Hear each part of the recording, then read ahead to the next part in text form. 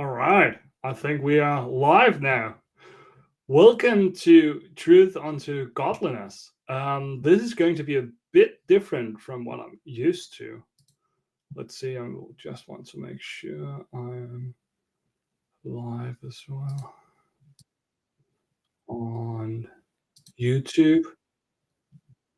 Yeah. All right, excellent. Well, welcome to all of you. If I have any issues, then please let me know in the chat if there's some issues with the microphone or the sound quality or something else. So I have prepared a little slideshow for all of you guys here. Just trying to figure it out. Okay, let's go. Yeah, please tell me in the chat if the sound quality is coming through and if you can hear me. So let's see. We're going to do a slideshow, share screen, and all right, excellent. Yeah, I think we're good to go. Oops, this was the wrong one. Let's see. Just have to find the correct one. Let's see. Okay, maybe this will work better like this.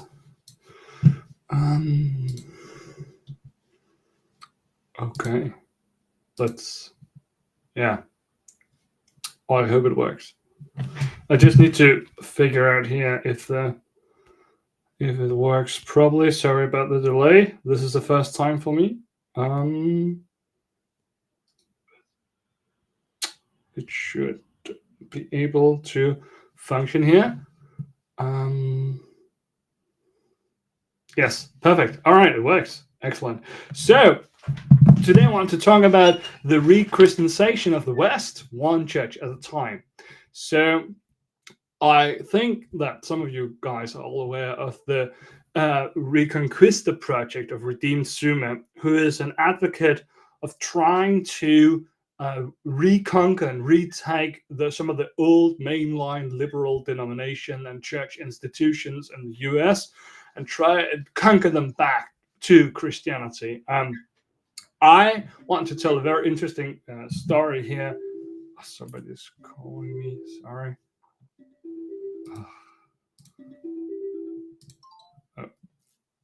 Yeah, so this was actually tried at some point in Danish history where the Lutheran pastor Wilhelm Beck tried to do that with the Danish state church, and Nils, another Lutheran pastor, went a different direction. So we are going to talk a bit about that. Okay, so today, a short overview of the Danish church. Today, more or less 90% of all Danes are a member of the Danish state church. So that's quite a bit, to say the least. As you can see here from the stats, it's only around 77% of the total population of Denmark that's a member of it. But that more so has to do with the mass migration to Denmark. So if you count among ethnic Danes, then it's around 90% or so. And the reason why the share has fallen in the last couple of decades is mostly on account of immigration and not so much on account of a surge of of atheism.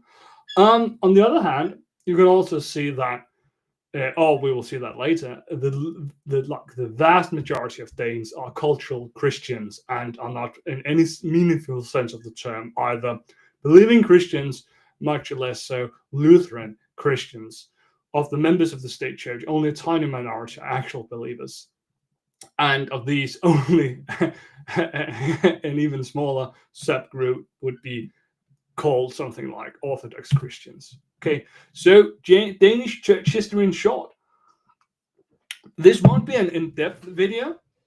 I think I'll just use maybe like 15 minutes to talk about it. If some of you guys find any of this like very interesting, then you can ask me to do a video on on some of these questions or some of these periods as a separate video. But in short, the first signs of Christianity in Denmark are dated to already the 6th century, where we find Danish where we find Christian artifacts in Denmark, and we don't have any written sources at this point. Some of the other early Germanic peoples are Christians at this time, such as the Goths and the Vandals and other Christian other Germanic groups that have migrated toward the Roman Empire. But in Denmark, we don't know if anybody had actually received the Christian faith, much less so do we know if any sort of organized missionary work took place at this point. We have found, as I said, early Christian artifacts is also in graves of Danes at this point, but it might have been goods raided or traded for, and we can't really conclude decisively whether they were an expression of internal beliefs. But we do know that in the 700s, the first missionaries begin to enter Denmark and Scandinavia from the south, from the Frankish Empire, which were a strong, very early medieval Christian state, and they organized a lot of the missionary work towards the north, among the Norse people, including the Danes, Swedes, and Norwegians, and also eastward toward the Saxons and the other Germanic tribes in what is now Germany. So at least since the 850s have we had an institutional church presence here in Denmark. And this church was the product of the work of Saint Ansgar, who was a Germanic Frank who came from what is now France and founded the first churches in Denmark. And he's still honored and has statues around in Copenhagen. And his memory is kept strong, both by, of course, the Roman Catholic Church as well as the Lutheran Church. He faced a lot of adversity, and he had to flee from Denmark, and he died in Germany, actually. But he did a lot of glorious work here in all of Scandinavia, also in Sweden, and some of his disciples continued the work. One of the ways that he was able to penetrate into Denmark, which had hitherto been a very difficult mission field, was because he actually bought Danish slaves as small children and raised them, taught them Frankish, probably Latin as well, and taught them the faith. So when they were very young adults, they could come back to Denmark and Christianize their own people. And this way to enter a people through its own culture and population proved ultimately successful. But doubtlessly, also before the work of St. Ansgar, there must have been many Danes who had converted to Christianity because of travels, of trading, and other reasons. But he founded the first churches in Denmark already 1,150 years ago. So that's quite a bit. Around year 1000, the Danes convert to Christianity as a nation. The Danish king accepts the Christian faith as the one true one, and by that decree ends organized paganism in Denmark. Now, of course, you can't really just decree that people should become Christians, but organized public heathenry dies out in Denmark at this point. Doubtlessly, it continued to be practiced privately, but I think it's fair to say that around 1100 or so, Denmark is more or less a Christianized state with parish churches throughout the entire kingdom. The Danish medieval church isn't really known for a great presence in European medieval history. We have had a few theologians, one of whom was famous for writing a huge poem about creation and Genesis, the Hexameron, and we've had some clergymen who were famous historians and administrators in the court, but we don't really have any great scholastic theologians or something like that, sadly. But that will come later. So in 1536, the Reformation takes place in Denmark. At this time, biblical humanism, this kind of reformed Roman Catholicism, also has strong advocates in Denmark. There was a famous Danish priest and monk and theologian called Paul Hemingson, and he was a Reformed Catholic. And what is quite ironic is he was kind of like, a sort of Danish Erasmus of Rotterdam. He loved studying the original languages. He wanted to reform the Roman Catholic Church, to purge it of some of the corruption and heresies. But he was also at the same time still a staunch Roman Catholic. He believed in the divine institution of the papacy, in the invocation of the saints, in the necessity and importance of asceticism and monasticism for sanctification and so on. And what is quite ironic about all this, because of his emphasis on learning, on teaching exegesis of the Bible and teaching original languages, almost all of it, as far as I know, all of his students in Denmark ended up as Protestant reformers, which is quite ironic, I think. But his pupils then ended up as studying throughout in Europe. It was very common at this point of history that young theologians would travel around in Europe and visit different universities and study, for example, in France and the Netherlands and Germany, and then enter into this cross-European intellectual tradition. And that also meant that some of these priests and clergymen brought back ideas from Germany, where the Reformation here in the 1530s already had taken quite a bit of a stronghold, and that meant that that quite interestingly, even though the Danish kings and especially so the Danish nobility continued to support the Roman Catholic Church and wanted to await a general council in all of Europe before they wanted to impose any sort of wide-ranging reform in Denmark, then the Reformation began to grow from the bottom up. This is also something I have done a video on Alan Rule's channel, which I will try and remember to link below here in the description if you want to hear more of the Reformation in Denmark. But it was kind of interesting because it was the reverse of what happened in some of the German states, where the princes converted to Lutheranism and imposed the Reformation more so from the top downward. Then in Denmark, it was much more something that grew from the bottom up. Also, it was very peaceful, especially compared to European standards. Almost nobody died, nobody was executed, nobody was burned at the stake as in England. And even the more iconoclastic movements that we also saw in large parts of Europe were not accepted here in Denmark. So I've included a picture here, the bottom to the right, where you can see Hans Tausen, a Danish clergyman, priest, and theologian, defending actually one of the Danish Roman Catholic bishops from an angry Lutheran mob that wanted to arrest him and maybe even kill him. And he protected him to avoid bloodshed. So it took place very peacefully. We didn't have any like destruction of churches or anything. Not to say that nobody was harmed, but it was quite a peaceful deal. And that ushered in a new time in Denmark for the Danish church. There was a huge emphasis on the Danish language, which became the official church language. So literature began to flourish on a scale that we haven't really ever seen before in Danish history. We have a lot of Latin writings, but very few things written in Danish before the Reformation, though there are some exceptions, mostly political or legal things. We also have the formation of a strong Danish national consciousness at this point, and we begin to see the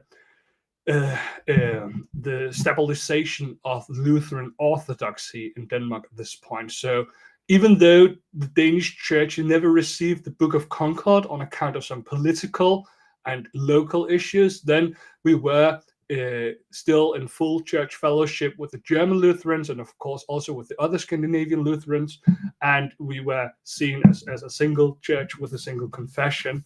We also shared, as I just said, communion, and we also shared theology. And at this point, we have many famous Danish Lutheran theologians, for example, Hemingson, Nils Hemingson, who was a Danish theologian born here on my home island of Lolland, actually, and he wrote treatises on predestination and foreknowledge, some of which were included, interestingly enough, maybe for our American viewers, were included on the Mayflower when it sailed to England. We know that from, I read that somewhere. I can't remember the source now, sorry, but it also just shows that we were kind of in sync with a broader, not even just Lutheran movement, but a broader cross Protestant intellectual tradition already here in the 16th century. So for the next 200 years, more or less, Lutheran Orthodoxy ruled in Denmark. That was what I think like the golden age of Christianity in Denmark, of course. I'm a bit biased, of course, but here we have, even though the Book of Concord isn't an official, authoritative church document, then still, though it is part of the theological tradition, it's quoted extensively by our primary theologians and so on. Then, at the advent of the turn of the century, where we move into the 1700s, Pietism begins to exert its influence in Denmark. Pietism, of course, is this thought tradition within Lutheranism that emphasizes the individual relationship to Christ and one's personal devotional life, also outside the structure of the church, outside the structure of the hierarchy and of organized religious worship. That had some good sides. So Danish piety, personal piety, becomes more emphasized and begins to become way more common. We also see a surge in Christian devotion, also especially among the elite, due to pietism, which were good and just and fine things. But sadly, the emphasis on personal pietism also leads to an increase in skepticism against organized religion, and especially also church hierarchy.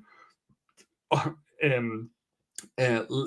receding appreciation of the sacramental life of the church and of the communal liturgy. So it also has some blind spots, to say the least.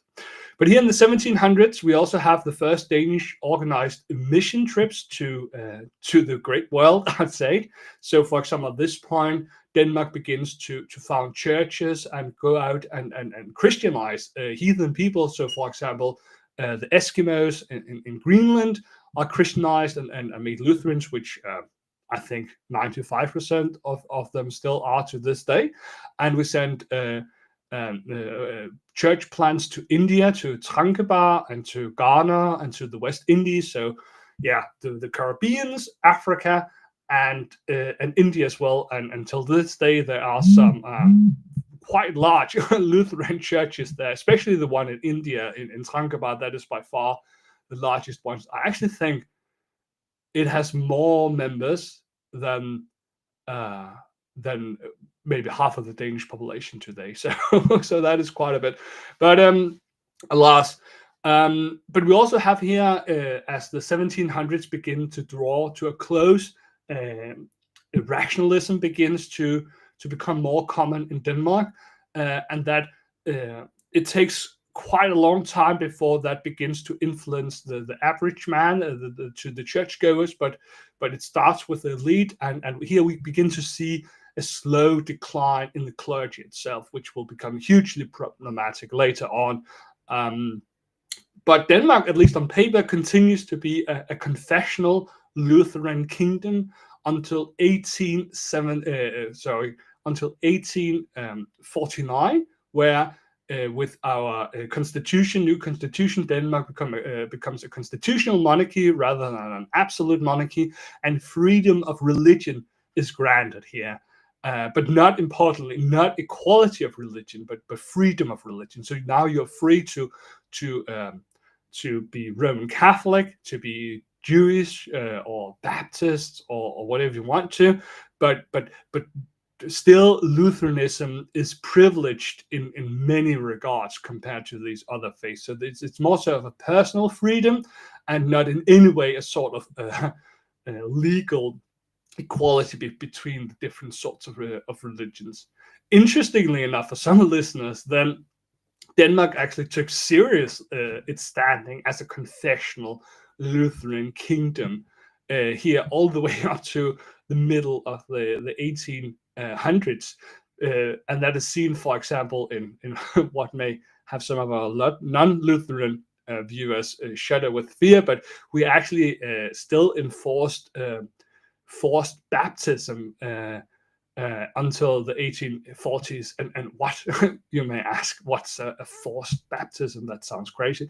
So we would take, the Danish government would actually force, for example, Baptist parents to have their children baptized because, as we believe, it was necessary for the salvation, and these children would grow up in Christian families anyways.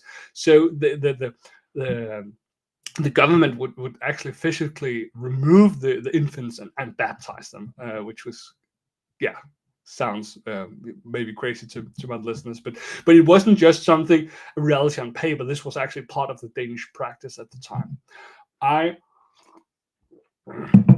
also included here picture of what is, I think it's fair to say, the most famous of all Danish Lutherans, Søren Kierkegaard, who was a philosopher and theologian, and he's also important to note because he was active in the 1820s, the 1830s, and the 1840s, and 1850s. He died in 1855.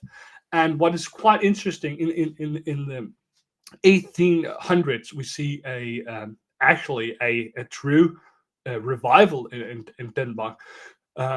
It was kind of a reaction against the increase of rationalism and not secularism, because that's still too early, but at least a skepticism and rationalism within the Danish clergy, and an ever decreasing emphasis on personal salvation, faith, sin, justification.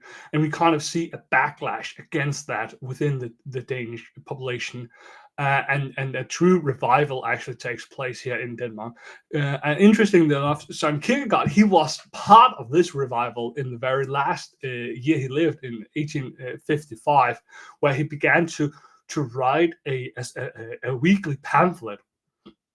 I think it was weekly, or maybe it was monthly, but alas, he wrote this pamphlet called The Moment, Øjeblikket in Danish, and in it he put forth scathing critiques of the Danish state church, because he saw it as an institution that had become way too lax and had receded into kind of a more so like a country club, or like an association just for comfort. And he wrote some scathing critiques. So, for example, he wrote here in the last year that he lived that every time this order of things stands, the continual crime is continued.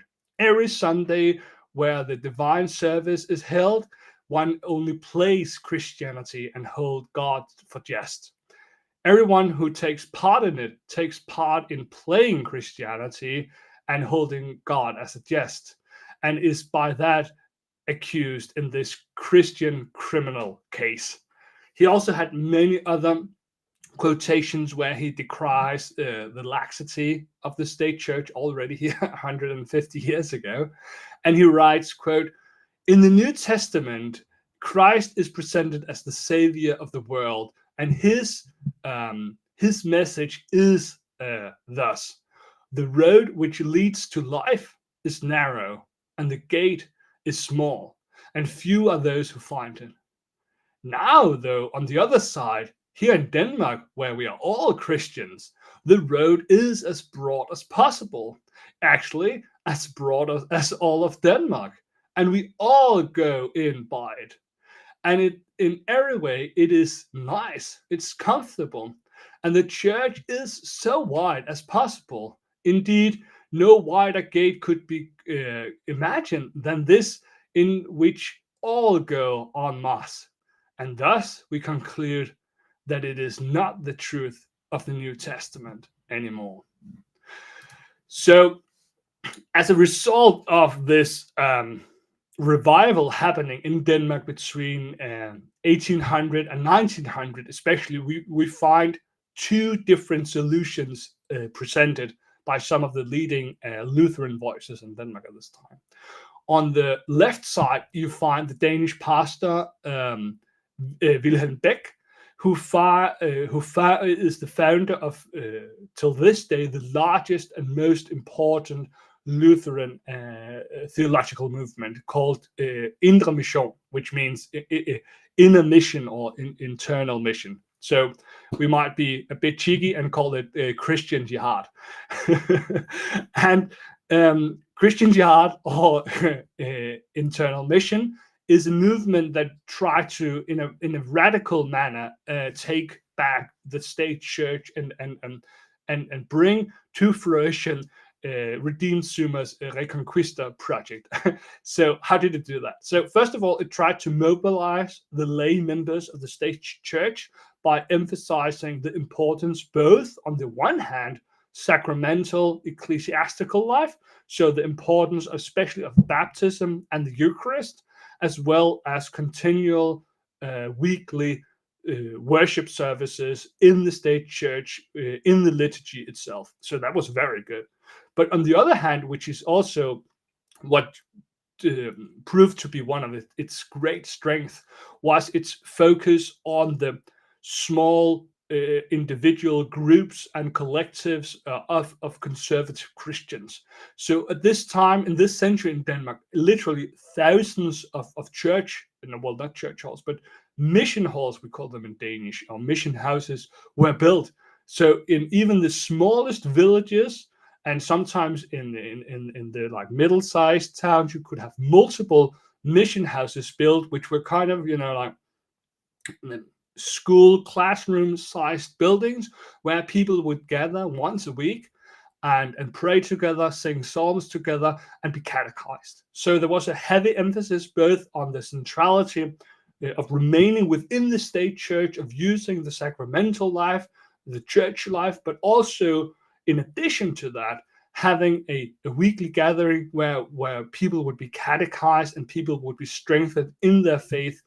And in this way, he kind of created a two-track Christianity where you could survive within an ever increasingly rationalistic state church. So even though your pastor was bad, you still had this other track of the private, personal Christian life where you could find strength from the catechesis and the community of other confessing Lutherans. So this sort of like two-track system functioned and still functions till this day.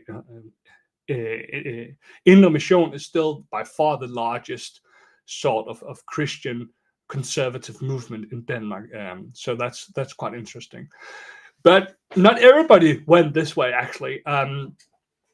Nils, which is the gentleman here to the right, he chose a different path, and they were contemporaneous. They would exchange letters, and I actually don't know if they ever met, but they knew about each other. And Nils Pedersen Grønne, he was one of the friends of Søren Kierkegaard, and he really took to heart this scathing critique of the state church that Kierkegaard and others presented here in his time. And he founded he was a pastor, and he founded the Confessional Lutheran Church of Denmark as the first independent Lutheran church in Danish history. And he chose to go this direction where he saw the encroachment and growing power of the Danish state over the church, and he feared that the liberalizing tendency of the state church would only work to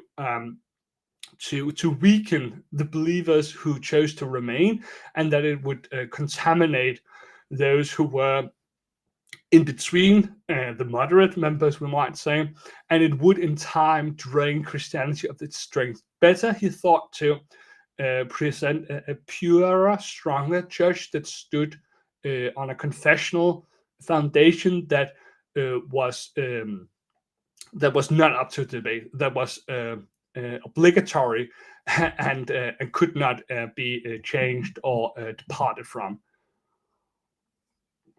So, and both of these movements grew immensely. The Confessional Lutheran Church in Denmark soon had congregations in all of Denmark, and these different sort of lay Christian movements, both within and outside the state church, really grew, and Denmark saw a Christian revival in this century. So what happened then afterward? Well, I think it's fair to say that Nils Gornitz's fear about the liberalizing tendencies of the state church were proven correct, even though, and that should also be said, that the conservative voices within the state church certainly delayed and fought against these developments with all their might and all their strength. So, make it or break it, the case of Pastor Nils Rasmmanson. He was born in 1866, so kind of in the latter half of this Danish renewal, and he grew up in this kind of Danish revival era, but very much so posed himself in opposition toward it. He was heavily influenced by German liberalism, and by German liberalism, we are thinking about men such as Feuerbach and other German theologians who sought to make Christian. Well, if you want to put it very nicely, at least, people who sought to make Christianity more appealing to modern Europeans, also by removing some of the supernatural elements. So, for example, Pastor Nils Rasmmanson here, he would deny the virgin birth. He would deny the resurrection.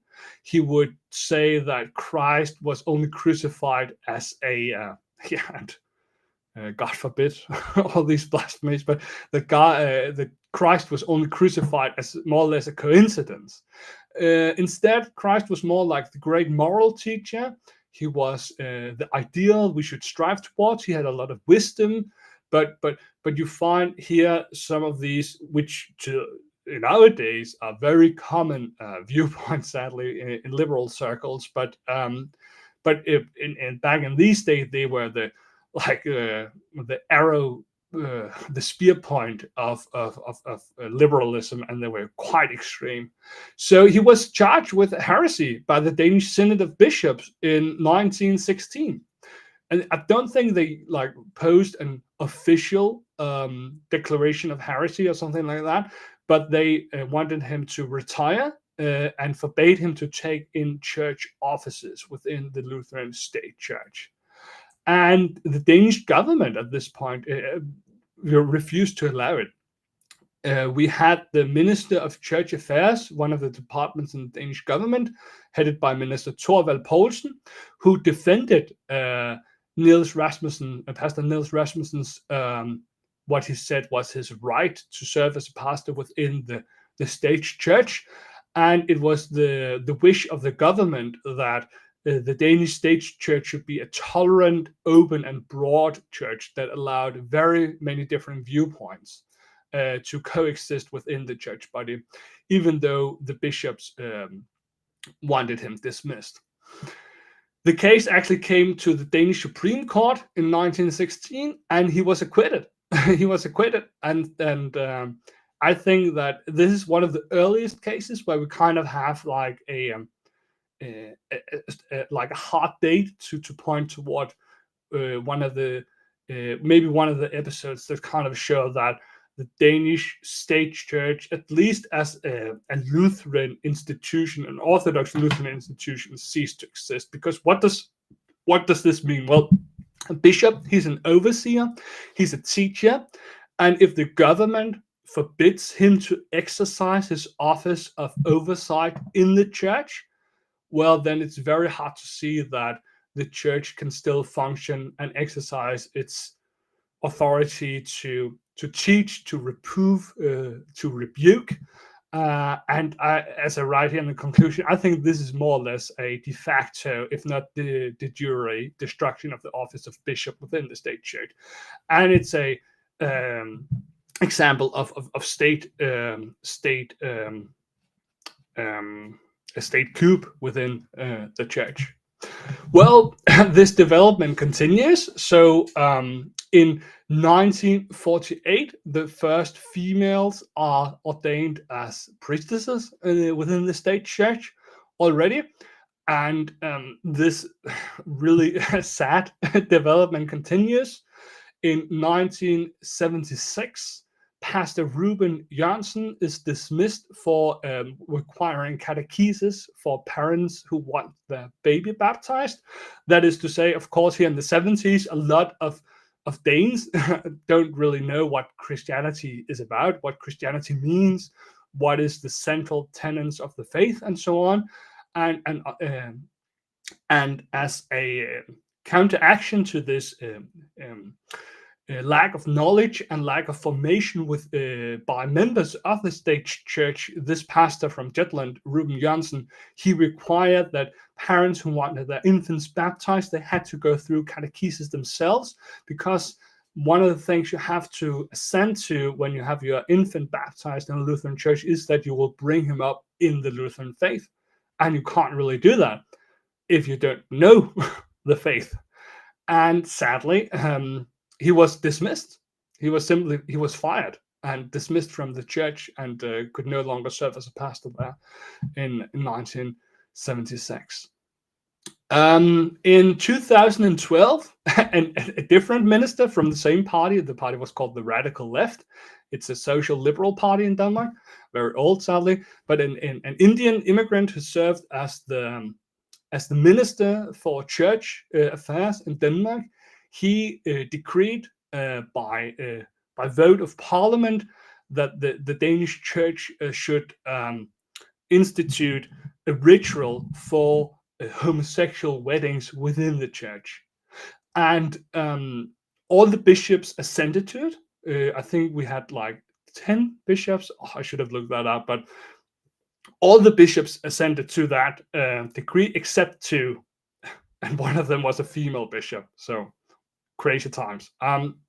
But it passed, and ever since 2012, homosexual couples can be married within the Danish state church on equal footing with heterosexual couples.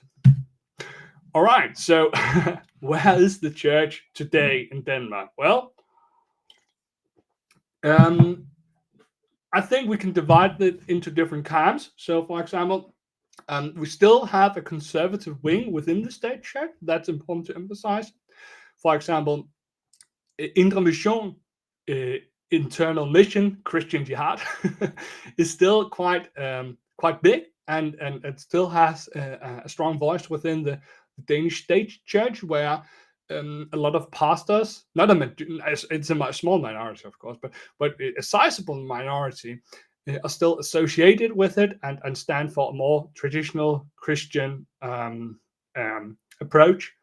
Then we also have a lot of independent Lutheran congregations in Denmark, especially since 2012, where the affirmation of the ritual for homosexual weddings kind of proved to be the final straw for a lot of conservative Christians within the state church, and they left as a result of it and formed independent Lutheran congregations around Denmark, where they more or less copied the liturgy but ceased to be in fellowship with the state church.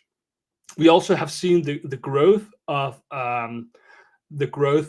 non-denominational and especially evangelical churches in Denmark, very much so as a result of American influence, and that those has grown in Denmark.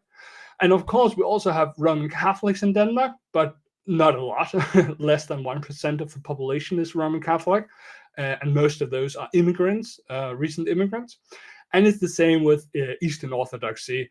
It's very difficult to find reliable numbers for the amount of Roman Catholics and Eastern Orthodox in Denmark, because a lot of them are immigrants working in the agricultural sector, and they're not really registered.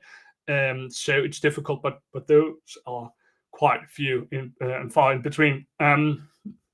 What is also quite horrible and very sad, if not to say a bit embarrassing, is that more or less maybe just 6% of Danes are traditional, and here, are traditional Christians. And here by Christians, I mean including Roman Catholics, including Eastern Orthodox and evangelicals. Like the total sum of traditional Christians might only rise to around 6%. At least that is shown by some surveys. If you try to ask how many, like if you ask Danes, do you believe in heaven and hell and in a personal God and so on, then around 6%, between 6 and 10% of those asked say yes.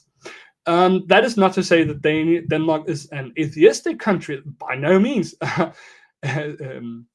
More than a third of all Danes are spiritual of some sort. They believe in, for example, reincarnation, in spirits, in karma, or in some sort of like supernatural forces.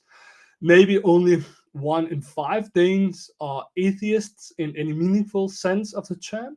And even while all these numbers are true and valid, still 80% of Danes are members of the state church, even though maybe, even though, like at least 10%, if not more, don't even believe in God. Only the tiniest minority believe in traditional Christian doctrines. And here in the figure to the right, you can also see how belief in God has changed among the different birth cohorts throughout the time. So, for example, if you start in the top, that those people born between 1913 and 1922, around 25 to 40% of those believed in a personal God. So not a majority, but a very large minority. And you can see as the birth cohorts progress in time, you can see that fewer and fewer people believe in God. So, for example, if you take the gray line to the one of those in the bottom, those born in 1973 till 1982, you can see that it hovers around between 10 and 20% believe in God. And those, the millennial, well, not the millennials, Generation X, I think they're called, the guys before millennials, the brown line, it has dipped that. So the earliest parts of that generation, maybe 20% or so believe in God, but it has dipped and it's still decreasing. So, wow. Okay, so the question is, what now? What are we going to do about this? Well, we could give up. We could just surrender and say, let us eat and drink, for tomorrow we die. That's one way to react, because it's quite easy to swallow the black pill when you're faced with these sorts of developments. Another solution is that you can isolate yourself. Some of the listeners here might have heard about the Benedict option, and by the Benedict option, we mean something like regrouping into small Christian communities that isolate themselves and really try to double down on surviving within these small communities, while more or less conceding that there's no hope to missionize or to have a broad Christian culture. That's also one way to do it, kind of like monasticism. So when the Roman Empire fell, learning and the faith kind of survived within the monasteries, where trained theologians copied the books, sang the liturgy, and made it all survive. So when the culture really began to grow again, Christianity could spread out from that. Or the third option, well, we could also try to missionize. And that's, of course, what I think we should do. I think we should use all the benefits of the Benedict option, that we should try and make strong Christian institutions where Christian learning, Christian piety can survive and flourish. But we must never forget that we also need to reach out. I mean, we are commanded by our Lord himself to do that. And that's kind of what we want to do here. So that's the second part of the stream here, of the program. We want to re-Christianize the West. And how do we do it? Well, we do it one church at a time. Of course, I'm a layman. I'm a lay deacon. So I'm not a priest. So I can't create a church. I can't celebrate the sacraments. I can't teach with the authority that's bestowed to the sacred ministry. But we can still try and do what we're able to. We can still try and do and see if we can gather together the flock of Christ. And that's what we do. So we, me and my family and another family that I'm good friends with, we want to see if it is at all possible to try and create a small Christian group here in my local town. And we want to do that as a group, as a community that builds upon the Bible and the Lutheran confessions. And we want to come together, every Sunday, and well, every second Sunday in the beginning at least, and pray together, sing together, learn together, and grow together in our Christian faith. And maybe, God willing, in the future, we'll be able to form a congregation, call a pastor, and make a church. But the thing that I want to share here, the thing that I think is important here, is that how do we missionize in the West today? Well, I think, at least in Western Europe, I can't really speak for the American case, but I could imagine that it would be quite similar, at least on the East Coast, which is more similar to Europe, more secularized as well, that we need to use all the avenues available to us. So, especially today, people are curious about religion. At least a lot of people are, because in our generation, and here I'm thinking about millennials and younger, a lot of people our age actually don't know what Christianity is. They have not grown up as Christians. If Christianity is foreign to them, it might be even interesting to them, and it doesn't really have all the same stigma that people who grew up Christian and left it have retained within them. So use all the different avenues you can. Use personal relationships to talk with people, meet with people, build relationships, and through those relationships, try and share the faith, because almost nobody converts after having heard the gospel a single time. That happens. God can also use that, but it almost never happens that a person is radically converted after hearing it for the first time. But people can grow together. People can learn over time. And if you build good, healthy communities where people want to be, where people are valued, where people are seen, where people make friends and make relationships, those can serve as avenues that open people up and to hearing and to taking seriously the gospel. So use socialize, use your networking, use relationship, and then use these as avenues to share Christianity. Don't make friends with people and just talk about Christianity, but try and make meaningful mutual relationships and use those also as avenues for spreading Christianity. All right. Secondly, use the liturgy. I think that in our day and age, the Christian liturgy, especially the more traditional one, is such a strong and beautiful witness to the timeless truth of Christianity. And it's such a radical break with most of mainstream European Western culture, which is much more so focused on materialistic goods, on a quick pace, on the newest new about individuality.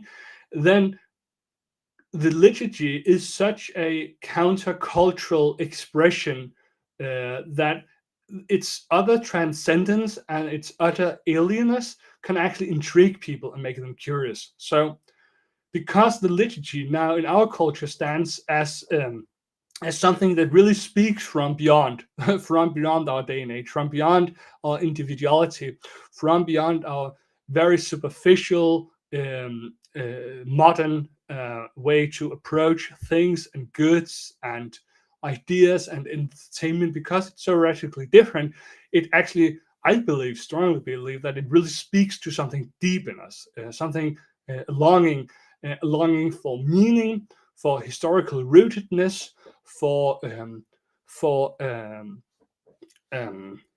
contemplation, for silence, that it can really help to draw in people, especially young people. So, just to mention one example, the Confessional Lutheran Church that I have been a part of for maybe 5 years now has more or less doubled in size while I've been a member, and most of the, if not exclusively, then most of the new members are all young people. And that I really believe that it speaks to something in the time when you stand fast on the liturgy as a witness to tradition and historical rootedness. Secondly, the liturgy also guards and helps to safeguard the theology. So, for example, The traditional liturgical reverence showed when receiving Holy Communion, for example, the catechesis leading up to baptism and so on. These sort of liturgical acts of reverence helps to safeguard the theology that we practice and believe in. When we kneel to receive Holy Communion, we're also affirming with our body language that we actually believe that this is truly Christ's body and blood that we're receiving. So I think there's some strength in the traditional liturgy here. And the liturgy is also a wonderful tool to open up conversations because it's so different. There is so much history in it that it's really great to just, if you bring somebody to church in a traditional liturgy, then you have so many good points to ask about, to be able to talk about the gospel, to talk about like, why did the priest do that? Or maybe ask your friend, like, did you notice that the priest turns around when he prays with us, and then he turns towards us when he proclaims the gospel? Do you know why that is? That's because he's the captain, leads the whole ship in prayer towards God, and he's the mouthpiece of God proclaiming his promise of forgiveness and absolution and so on. There's so much wisdom and so many good questions and so many good teaching tools in the liturgy that use it to open up conversations. Whew, okay. So the second to last screen here, I also just want to say that now you have heard a bit about Danish church history, first and foremost. And secondly, you've also heard a bit about why I think it's important that we missionize the West.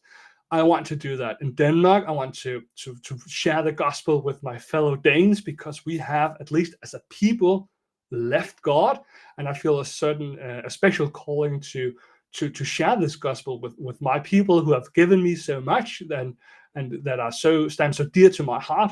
I kind of feel like saying with Paul that I wish I could be accursed from God if I could save my people according to the flesh. St. Paul could say that about his fellow Jews, and I really feel that about my fellow Danes. So I really want to share the gospel and bring that joyful, life-giving message out to my fellow Danes. And that means I also want to do it in a confessional Lutheran liturgical setting, as far as I'm able to. So we have tried for this communal liturgical project with this liturgical Christian community that we are trying to establish here as a primitive plant in my local town to have a traditional Christian expression.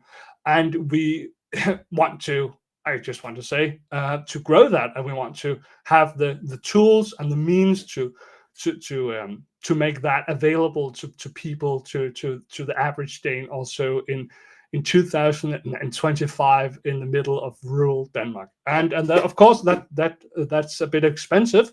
So I also think that if anybody feels called to help towards that, if it would be something that gives you joy to help us be able to realize that, then you are more than welcomed to share.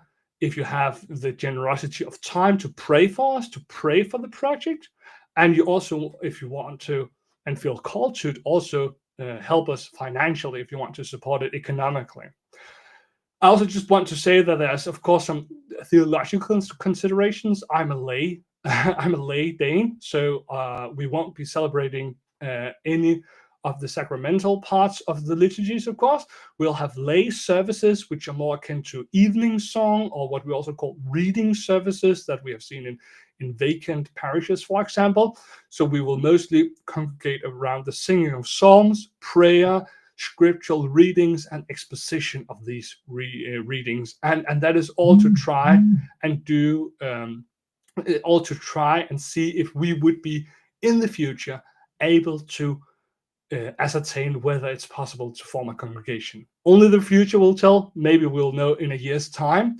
But as I said, if you want to support it, I have made a small Patreon called Truth Unto Godliness.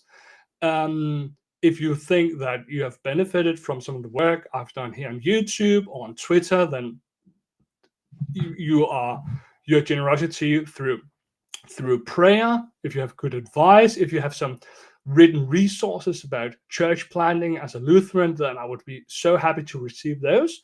And if you want to help us financially and support it economically, you can do so through PayPal, as you can see here in the bottom right, or you can do it through Patreon here on Truth Unto Godliness.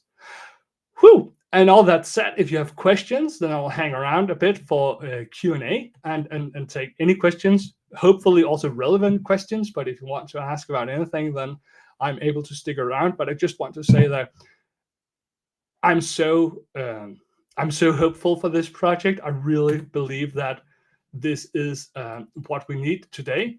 What Denmark needs today, what more or less the entire West needs today, because this is really something that the West longs for, and that would is so sorely needed. So yeah. So that said, thank you so much for sticking on and hearing a bit about church history, and hearing a bit about our newest project here in our part of Denmark.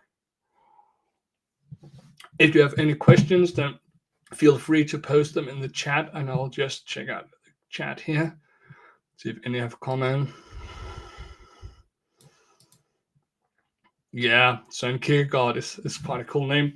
It actually means Søren is just like a common Danish surname, but Kierkegaard means grave spot. No, yeah, that's graveyard. Yeah, graveyard. Kirke is church, and gård is yard. So churchyard, but churchyard in Danish means yeah, graveyard. Let's see if there's any questions.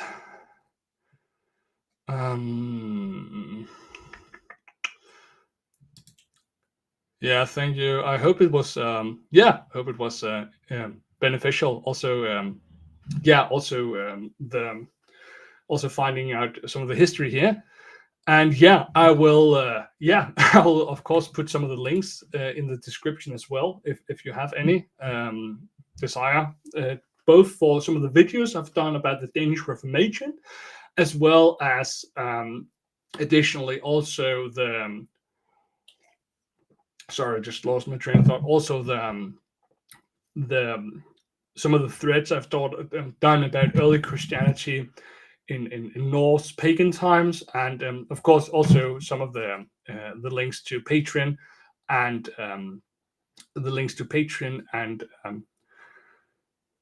Patreon. Yeah, sorry, PayPal and Patreon. Oh yeah, question. Great. Any updates on the Septuagint book? Yeah, I do have.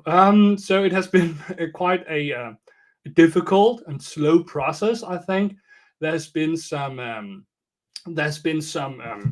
issues with some of the people who were supposed to help me format the book and get it ready for publication, because there have been some changes in the staff of the publishing house. But last week we finished up the front page design of the book, which was quite exciting, and we also finished up the background text as well. So I think it will be out quite soon. At least that's where we are now in the process. So it's like the very final touches we have. So yeah, but I have been thinking for a long time that it would be coming out quite soon. So I can't sadly be any more precise than that. But it should, it should be out soon. All right. If you had 100 million Danish kroner, what would you do with such resources? I found this kind of question is a helpful thought exercise for me personally. Yeah, that's a great question. I think especially that Christianity could gain a lot from strong communities. So if I had such a vast amount of resources, it would be like, I don't know, some quick math, like 11 or 12 million dollars, maybe something around that. Yeah, then I think I would like to maybe find a Danish town of some size, not too large, with a large hinterland as well, and then use this money to build a school, build a private school, build maybe private higher education of some sort, build a good large church, and try from there and do it organically over time, not just all at once, but try and make a really strong Christian community that were at once had its own strong, pure institutions like a strong confessional church, good schooling, Christian teaching, and so on. So not compromising, but standing firm on the doctrine and the preaching, but also living in the midst of the world, and trying to yeah, be in this world but not of this world. So in that sense, trying to make institutions that people want to be a part of, building communities that people want to be a part of, where people not only hear the life-saving gospel, but also find well-educated, well-mannered men and women who really have something to offer this world. I think there's also a great lack of decency, of friendliness, of kindness in the world. So to have a community that could share that, I think that would also help to grow the hunger for a better world, that a lot of, especially like a lot of modern people are not happy anymore. They are depression, anxiety, so many sort of modern ills plague man today, and I think that has to do with us having hollowed out so much of what gave meaning and joy to people. And if you could try and reimburse that into the world, then I really think you would have something so good to offer that people would be hungry enough to come by. Yeah, biggest goal for YouTube this year. Well, yeah, I don't know. I have so many projects with my farm and with my Twitter account and threads and research projects. I think maybe I've thought about doing some more academic work with regard to the pre-Tridentine reception of Augustinianism and its teaching on sin and justification among Roman Catholics, and do some academic work on that. I would love to share some of that also here on YouTube. It's something I've already done quite a bit of work with on the Young Anglicans YouTube channel. I did an interview around 1 hour where I talk about this. That's also, like, I think, very interesting and very intriguing. So yeah, I would love to help to make some of that stuff available. Yeah, and we would make more Facebook ads. We have tried to share some of our stuff locally on Facebook through ads, and that has proven quite helpful. I must say, surprisingly helpful. There are a number of people becoming aware of the craziness of the world, mostly happening online. How do you think we can best reach these people with the Christian explanation of our woes? Well, yeah, that's a really good question. I think that Christianity has really improved and become much more efficient and in trying to share its online presence. So, for example, if we see online more young people are vocal about their Christian faith, are vocal about it also in avenues and on platforms where other young people hang out, like TikTok and Instagram and different places. So I think the Christian message and the Christian reply to our modern culture has actually, and luckily, and thank God for that, become clearer and louder the last decade, especially because we have also seen the decline of the new atheistic movement, which was so big 10 years ago, but has really, really declined. So there, that's wow. Yeah, I think we just need to do more of what we do, and also especially try to make sure that our presence doesn't just remain online, but also moves out in the world and grows into physical communities. I really think that is one of the things we need: physical communities and not just online presence as well. Will you give up on the state Lutheran Church? Yes, I did. I left the state church 5 years ago. Also, in part to do with some of these issues that I mentioned here in the video. I also want to say that the Danish state church isn't all bad. There is still conservative pastors there, but I think it's an uphill battle, and I want to work together with, and I want to respect those Lutherans that are still trying to do some work there, but it's not something I could do. I think it would also confessing unity and church communion with the state church, I think, is a bridge too far for me. So that's why I try to exit it. But I pray for the state church in Denmark, and I pray also for the work of the faithful remnant within the state church, even though I think it's an incredible difficult position to be in, indeed. So yeah, it's not the way I went. I think that there's a good avenue available in making available independent Lutheran congregations. Yeah, I think that was the last question. Thank you so much for watching the stream. I hope you benefited from it. I hope you thought it was interesting to hear some church history. I mean, like, Danish church history is not like it's a rather niche topic. So yeah, hope you benefited from it. Hope you felt that it was a bit inspiring to hear about how we might help to re-Christianize the West, and also hear about our local project here in the town. It's certainly something I'll keep updating about. So please remember us in your prayers and think about us. And thank you so much also to those that have already helped, some who have helped already financially. Thank you so much for your generosity. It's allowed us to print folders, to buy advertisement, and to do a lot. So we're just so thankful for the generosity. And thank you also so much for the prayers and the people who want to support us and want to benefit from it as well. Thank you so much. I hope this has been working in you as truth serving unto godliness. I wish you a blessed day or evening,